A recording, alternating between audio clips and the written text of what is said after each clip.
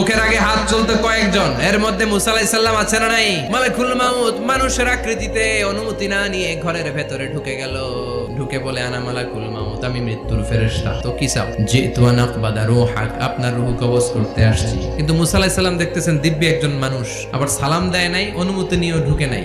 ওমিয়া, অনুমতি নিয়ে ঘরে ঢোকার দরকার আছে না নাই? মুসা আলাইহিস সালামের মেজাজ বড় গরম। উনি বললেন, কি করবি? কয়, আপনারে মারবো। কয়, এদিকে আয়। মালাকুল মাউত মনে মনে ভাবে, এতদিন সব মানুষগুলো আমারে দেখলে দিত দৌড়, আজকে মনে হয় আমারে দিতে হবে দৌড়। এক পা আগায় দুই পা পেছায়, সাহস করে সামনে গেলেন। আবার মুসা আলাইহিস সালাম দিলেন এরকম থাপ্পড়।